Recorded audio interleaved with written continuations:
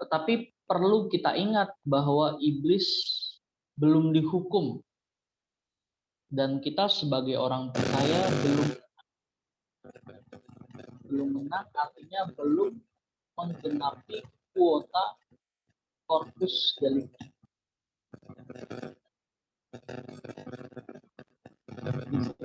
Jadi perlu kita ingat bahwa iblis memang sudah berstatus hukum,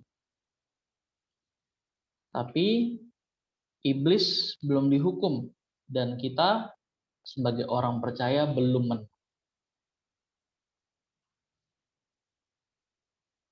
Iblis masih bermanuver untuk menipu dan membinasakan umat manusia, serta menghalangi penggenapan amanat agung.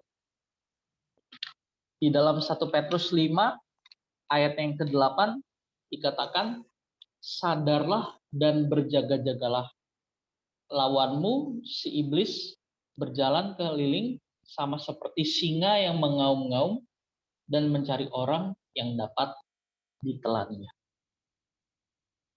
Nah, kalau dikatakan iblis masih bermanuver untuk menipu dan membinasakan umat manusia serta menghalangi penggenapan amanat agung yang terdapat dalam Matius 28 ayat 19.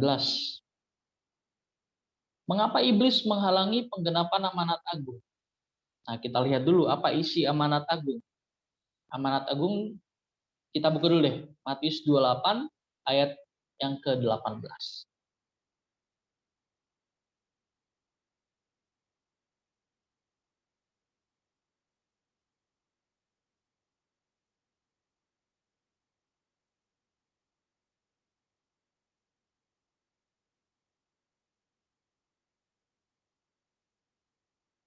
Oke, kalau sudah terbaca, tolong dibaca ya. Matius 28 ayat berapa, Kak? Ayat 18. Yesus mendekati mereka dan berkata, "Kepadaku telah diberikan segala kuasa di sorga dan di bumi. Karena Sorry, itu, 19. pergilah, jadikanlah semua bangsa muridku, dan baptislah mereka dalam nama Bapa dan Anak dan Roh Kudus." Ya, Matius 28 ayat 18 sampai 20. Tapi kita concern ke ayat 19 ya. Pergilah,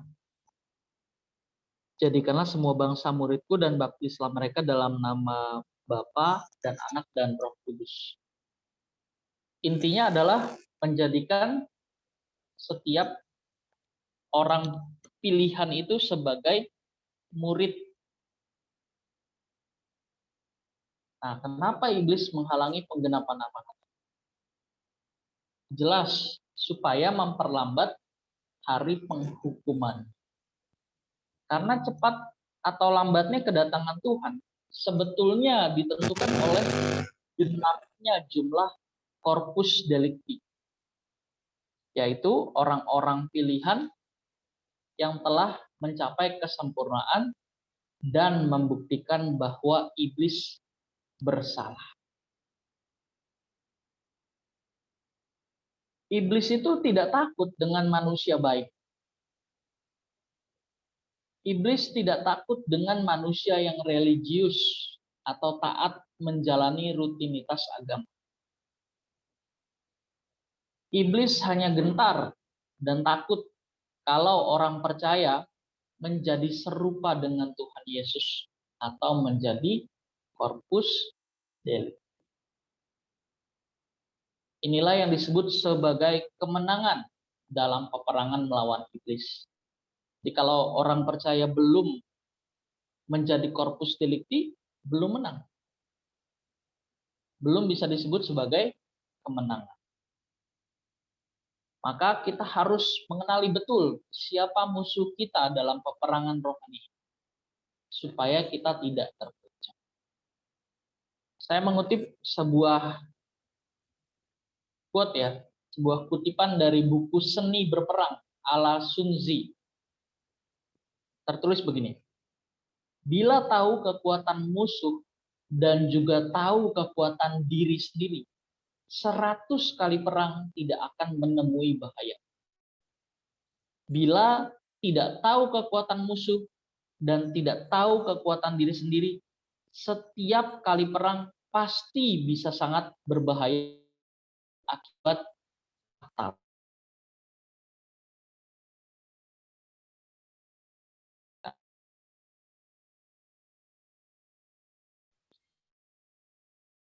Pasti bisa sangat berbahaya fatal.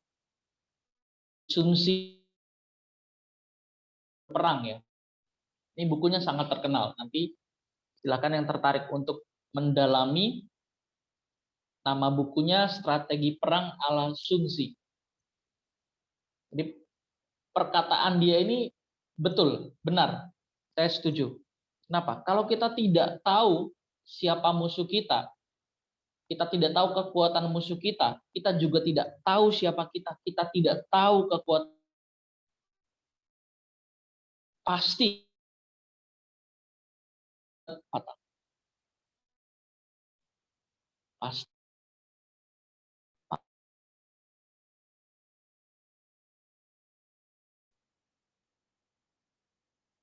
Yohanes 10 ayat 10, ayat yang sudah sangat begitu familiar buat kita semua. Pencuri hanya datang untuk mencuri dan membunuh dan membinasakan. Pencuri di situ iblis. Tentu mencuri, membunuh dan membinasakan jiwa.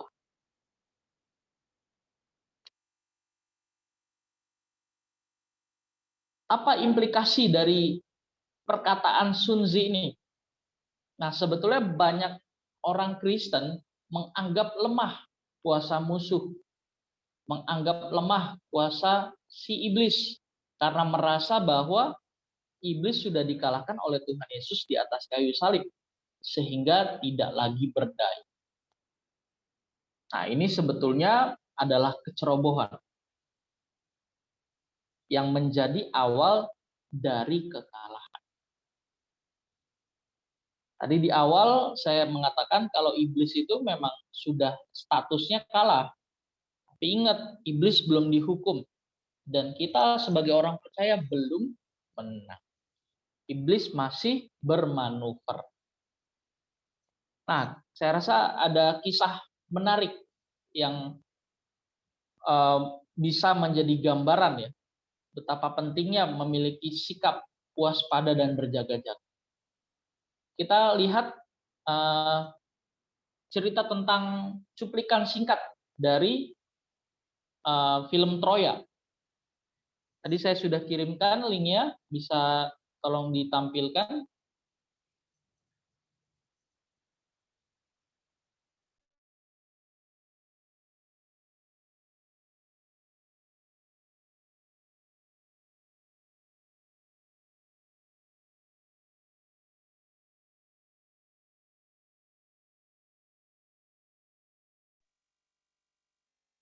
Kita nonton cuplikan filmnya ya.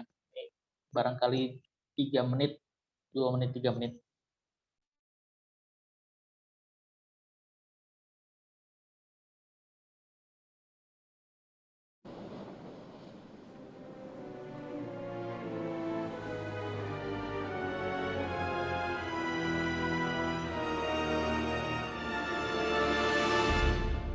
What is this?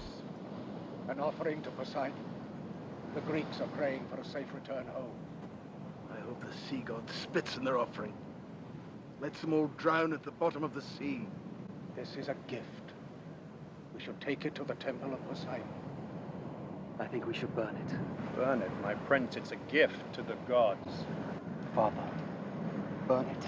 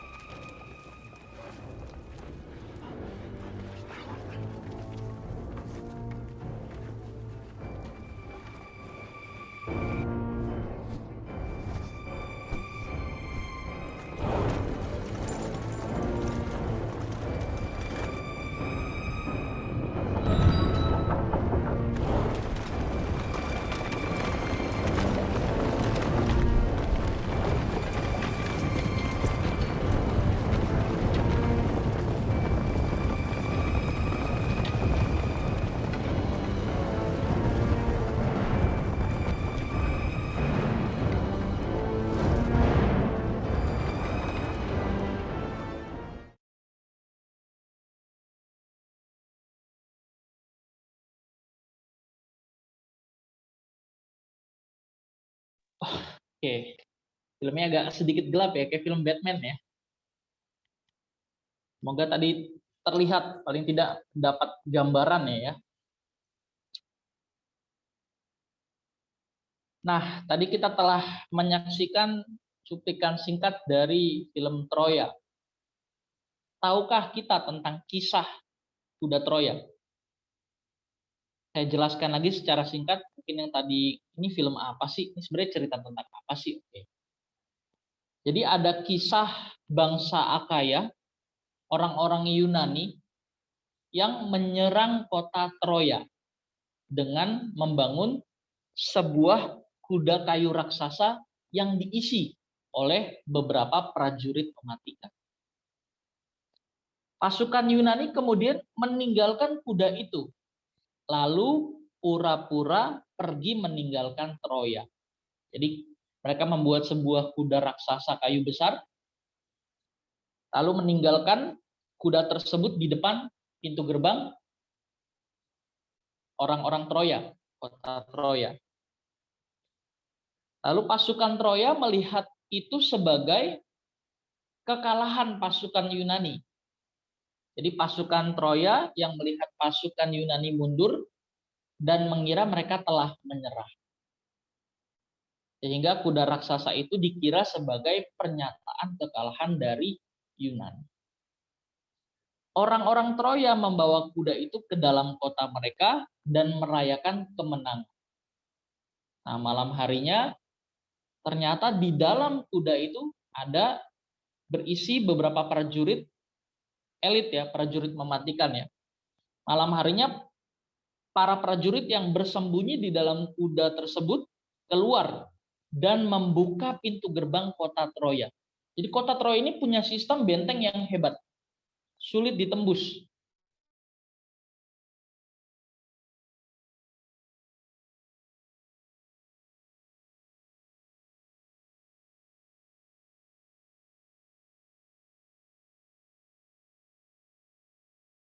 Bersembunyi keluar, buka gerbang Yunani yang ada di luar kota dan menyerang.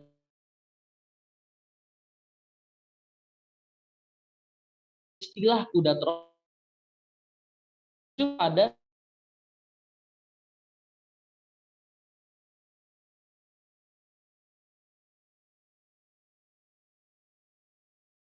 kalau tempat yang seharusnya dilindungi atau terlindungi itu apa? Pikiran. Ini iblis pun juga seakan-akan kalah. Bersikap lembek dan humanis agar manusia tidak sadar dan berjaga-jaga. Tetapi sebenarnya mematikan. Jadi pikiran yang dikuasai oleh filosofi dari si iblis, filosofi dunia, filsafat dunia, intinya Allah. Sama seperti kisah kita merasa pasukan Akaya Yunani itu kalah. Kita anggap iblis.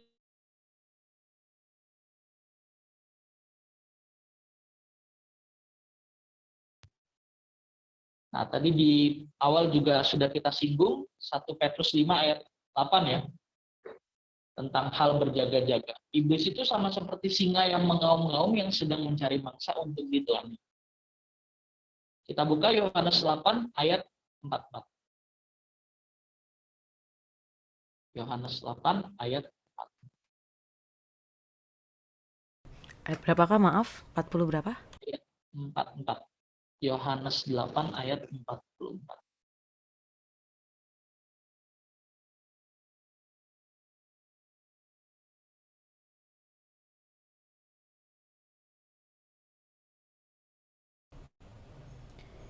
Iblislah yang menjadi bapamu, dan kamu ingin melakukan keinginan-keinginan bapamu. Ia adalah pembunuh manusia sejak semula, dan tidak hidup dalam kebenaran, sebab di dalam dia tidak ada kebenaran. Apabila ia berkata dusta, ia berkata atas kehendaknya sendiri, sebab ia adalah pendusta dan bapa segala dusta. Ya, iblis adalah pembunuh manusia sejak semula. Tidak ada kebenaran di dalam dirinya sama sekali. Dan iblis adalah pendusta. Bahkan dikatakan bapa segala dusta. Ya tadi, seakan-akan iblis kalah berguna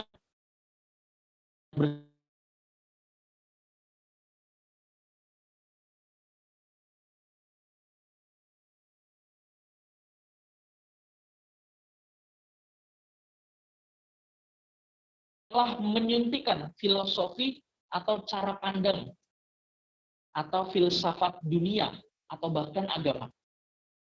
Nah, ini menarik ya. Loh, kok agama? Iya, ada agama yang diciptakan iblis. Supaya mengarahkan manusia benar. Filosofi atau filsafat dunia yang seperti apa? New Age movement, postmodernisme, materialis, hedonis. Tujuannya adalah untuk menyimpangkan orang percaya agar tidak menjadi korpus. Jadi prinsipnya adalah asal bukan Tuhan, kamu jadi baik.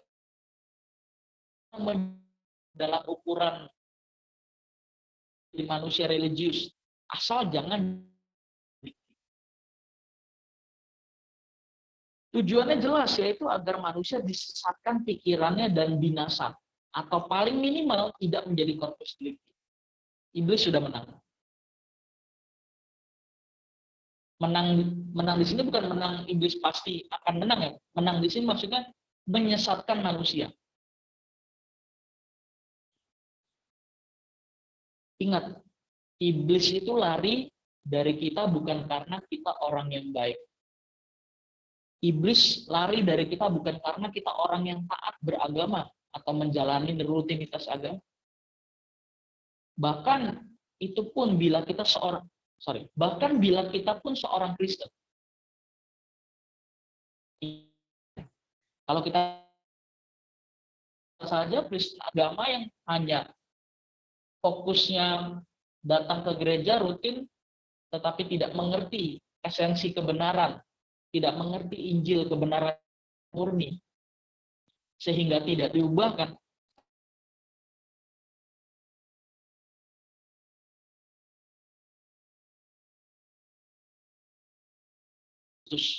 Yang tunduk kepada Allah.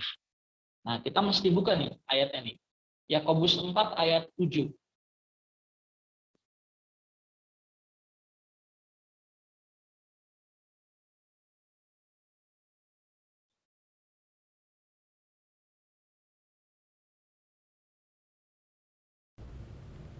Karena itu, tunduklah kepada Allah dan lawanlah iblis, maka ia akan lari daripadamu. Ya, karena itu tunduklah pada Allah. Terus tadi apa? Tunduklah kepada Allah dan lawanlah iblis, Lawan iblis, maka ia akan lari daripadamu. maka ia akan lari dari.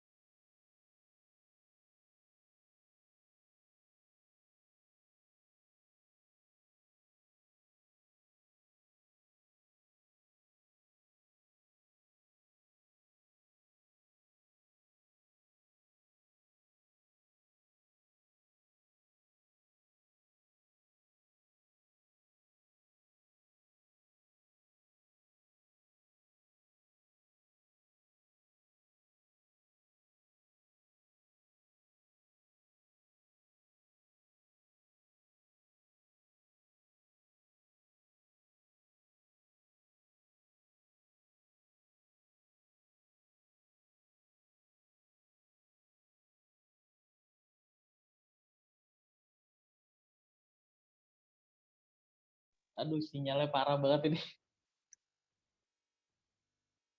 Udah ngomong panjang-panjang keluar. Oke deh. Tunduk pada Allah berarti menjaga, melindungi agar pikiran kita tidak dipengaruhi, diperdaya, dan dikuasai oleh iblis, yang adalah musuh Allah. Pikiran itu adalah medan perang. Medan perang yang sesungguhnya, yang akan menentukan apakah seseorang dapat dikuasai oleh Tuhan atau dikuasai oleh iblis. Menjadi milik Tuhan atau menjadi milik iblis.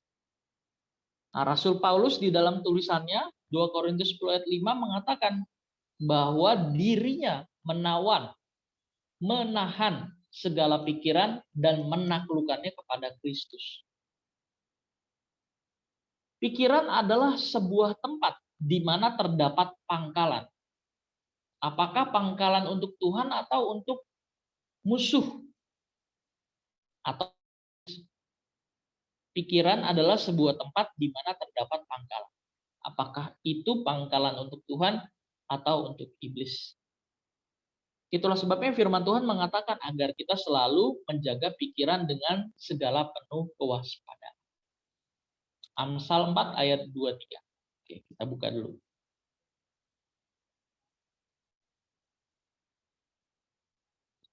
Amsal 4 ayat yang ke-23.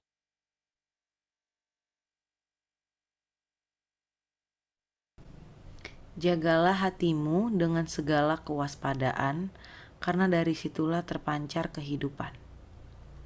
Ya, jagalah hatimu dengan segala kewaspadaan, karena dari situlah terpancar kehidupan. Stay, ayatnya tetap ditahan ya. Nah, kata hati di dalam Amsal 4 ayat 23 dalam teks aslinya adalah lep. Selain berarti hati juga berarti pikiran. Pikiran. Jadi jangan sampai pikiran kita atau hati kita direbut atau diduduki oleh si jahat.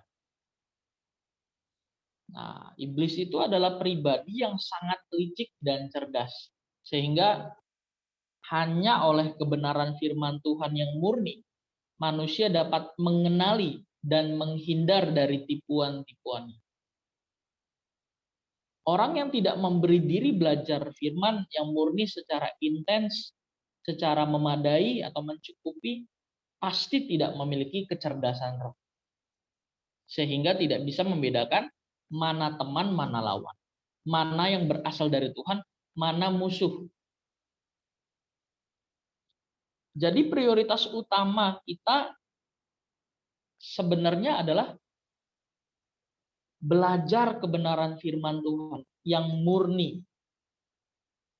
Dan tentu saja bukan kebenaran secara pengetahuan atau logos, tetapi sampai menjadi suara Roh Kudus atau yang disebut rema.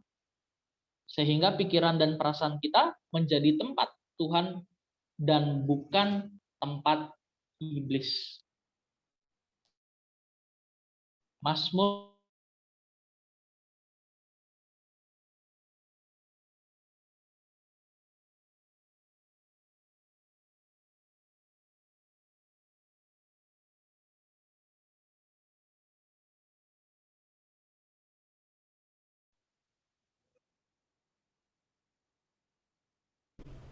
Tadi Mazmur berapa, Kak? Mazmur 119 ayat 9.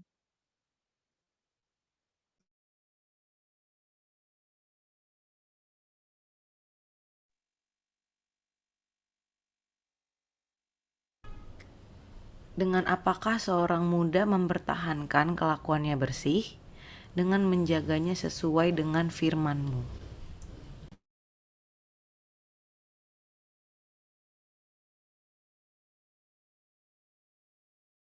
Nge-lag nggak nih? Di saya nge-lag soalnya. Nah, itu putus-putus. Putus-putus ya. Oke. Oke, saya bacakan ya. Tapi ayatnya belum keganti nih. Oke. Dengan apakah seorang muda mempertahankan kelakuannya tetap bersih dengan menjaganya sesuai dengan firman. Firman Tuhan itu seperti apa ya menggambarkan? Kita seperti membangun benteng. Tapi ketika benteng itu sudah ada, bukan berarti kita merasa aman, merasa nggak mungkin ada musuh yang masuk.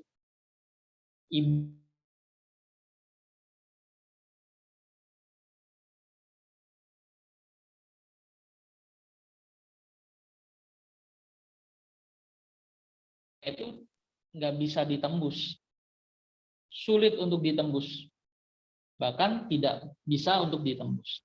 Tapi pada akhirnya mereka terkecoh. Nah, kebenaran firman itu akan membangun benteng. Tapi benteng itu harus di-maintenance setiap hari. Kita juga harus tetap waspada. Benteng itu akan menjaga kita, tapi kita juga tetap harus waspada. Terus mengupgrade diri kita. Sampai punya kecerdasan roh yang bisa membedakan mana teman, mana musuh, mana yang berasal dari Tuhan, mana yang bukan dari Tuhan. Amin. Oke, kita nyanyi satu lagu sebelum kita berdoa ya. Lagu ini, jagaku Tuhan dalam kebenaran.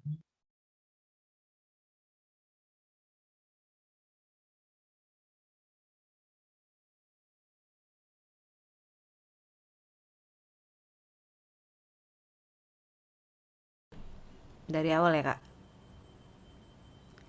Ya, dari awal.